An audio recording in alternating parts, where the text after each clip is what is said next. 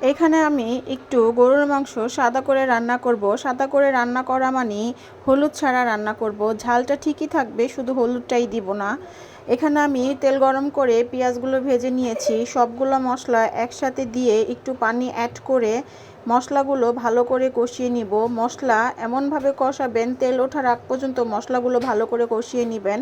তারপরে এখানে গরুর মাংস দিয়ে আমি আবারও ভালো করে কষিয়ে নিব। আসলে মশলা আর গোশত যত কষাবেন ততই এটা টেস্ট ভালো হবে। এখানে আমার মাংসগুলো সিদ্ধ হওয়ার জন্য আমি ঢাকনা একটা কাগজ দিয়ে আটকে দিলাম যাতে তাড়াতাড়ি সিদ্ধ হয়। এখানে আমার এগুলো কষানো হয়ে গেছে। এখন আমি আলু অ্যাড করে তারপরে পানি অ্যাড করে দিব। এভাবে যদি গরুর মাংসটা রান্না করা হয়, এই মাংসটা খেতে কিন্তু খুবই সুস্বাদু হয়।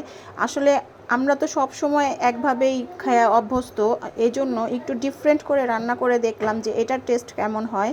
তবে কি বিশ্বাস করবেন না, এটা খেতে খুব মজা।